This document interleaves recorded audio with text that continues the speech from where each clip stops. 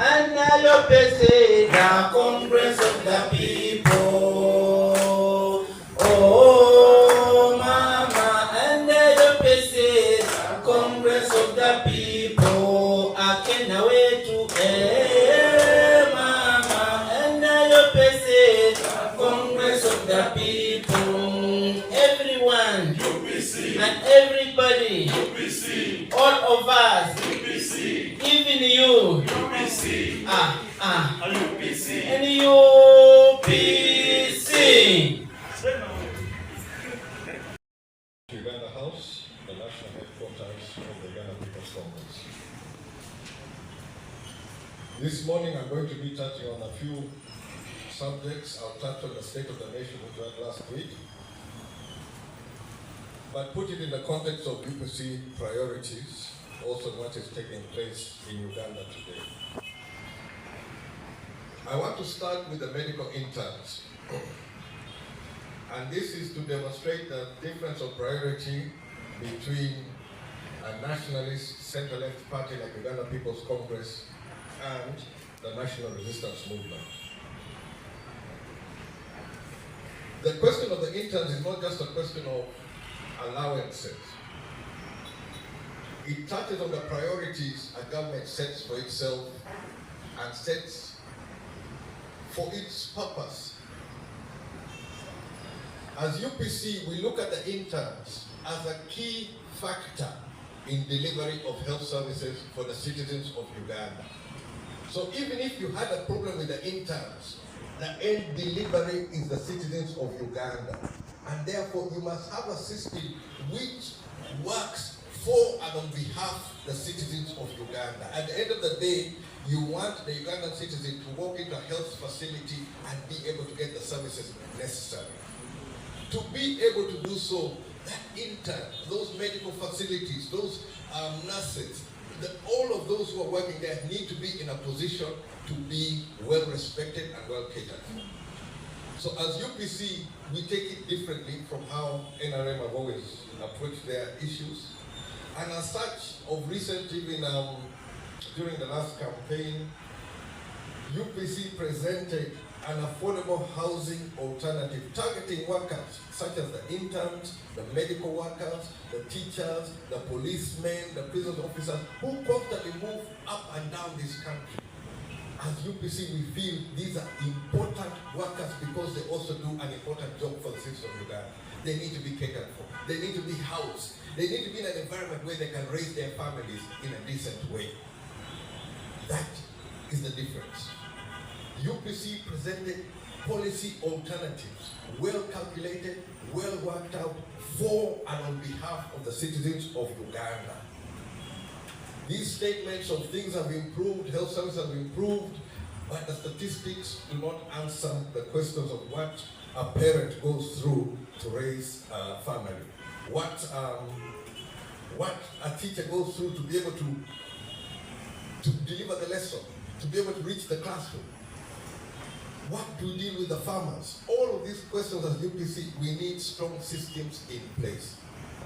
As we move ahead, UPC is going to continue to challenge the NRM on the question of policy priorities, looking and putting in context where will the people fall as far as this equation is concerned. And for UPC, I can confidently tell you that I can justify everything. I can argue every point I have ever made concerning health services, concerning education, back with documentary evidence. And this evidence is based around the budget speeches and manifesto priorities. UPC laid it clearly what we hope to be able to achieve and what was able to be achieved. In the budget speech, I had an issue of the president mentioned that by the time they came into government, there were 60 megawatts of power. That does not answer the full question or does not address what happened before.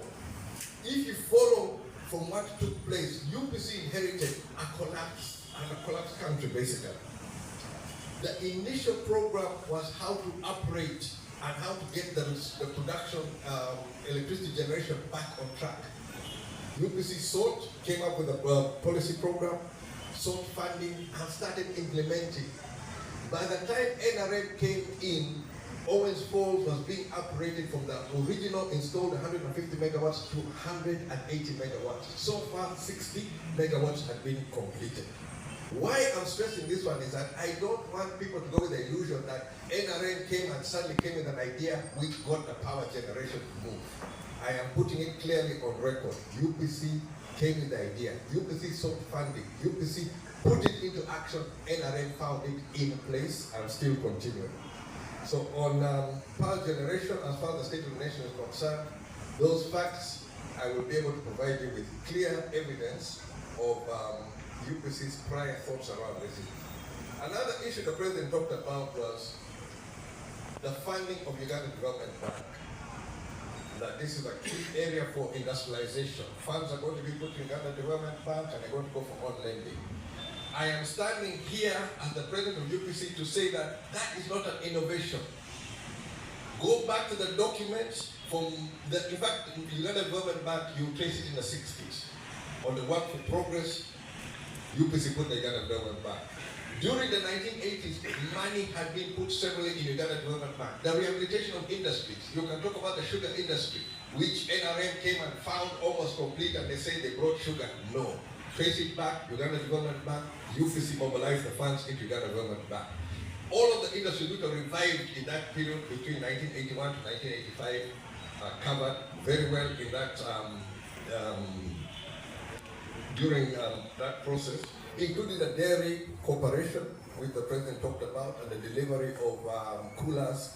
That was all part of the program, was funded and it was in place. So the other element which I want to also touch on when the President's State of the Nation address, he talked about agriculture and commercial agriculture. On this one, I want to put it on record that UPC was miles ahead. And when UPC approached this problem, we not only looked about the one side of the problem, we looked about the production, the marketing, and being able to access different markets, transporting the goods. So I feel Uganda is not getting their fair, or Ugandans are not getting their fair recognition from their government. If we cannot respect the interns who deliver us health services, how do we expect that we're going to be working with the extension workers to be able to support agriculture? How are we going to support those who are going to try to export whatever we produce? How are we going to deliver veterinary services across this country? Yet the country seems to be divided, that some areas have services, some areas don't have. The cooperatives, how do we strengthen the cooperatives in a way whereby they will be working for and on behalf of the people of Uganda? So all of these questions come out, and how do these matters be addressed? I, as James Akena and Uganda People's Congress, we went into the 2026 election with a clear policy program on how we wanted Uganda to move. Unfortunately, we are not able to present that program to Ugandans, but many of the ideas are still relevant. And so we're going to be bringing these ideas time and time again, addressing concerns which we feel are very important to the people of Uganda. Before I conclude, as a party, I want us to also be able to move on single position. We have gone through the process of getting our members sworn in at the various levels, parliament, local government, and so now we're taking up offices. And therefore, as a party, I'm also taking some directions which I hope we're going to set us in a way that will be able to respond properly to the needs and the concerns of the people of Uganda.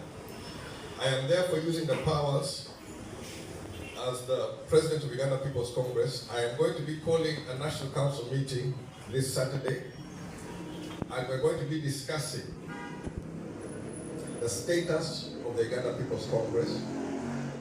We are also going to be discussing the conduct of the last general elections and UPC's response to that. I'll also be presenting on UPC's future engagement under the structured arrangement and the ICO. Under the UPC Constitution, I am entitled to call an emergency National Council, giving 48 hours notice Saturday is more than 48 hours notice. The official documentation will be released later today, early tomorrow. So UPC members, because of the Ebola, is going to be online, but we'll be able to have interactive processes.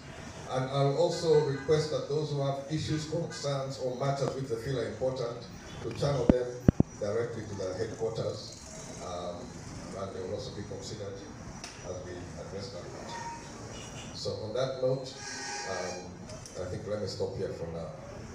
The last, sorry.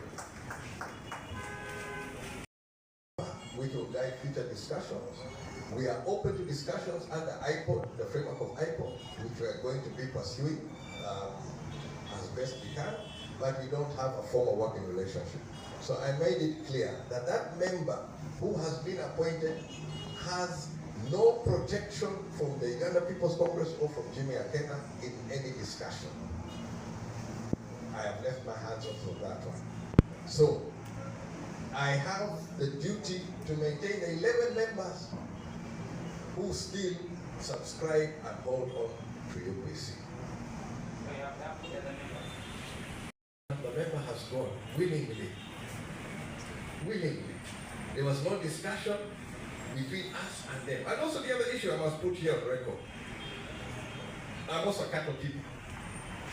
I have a crowd, I have my animals here. Even if I'm offering to my vice president an animal, he cannot go to my kraal and pick the animal which he wants.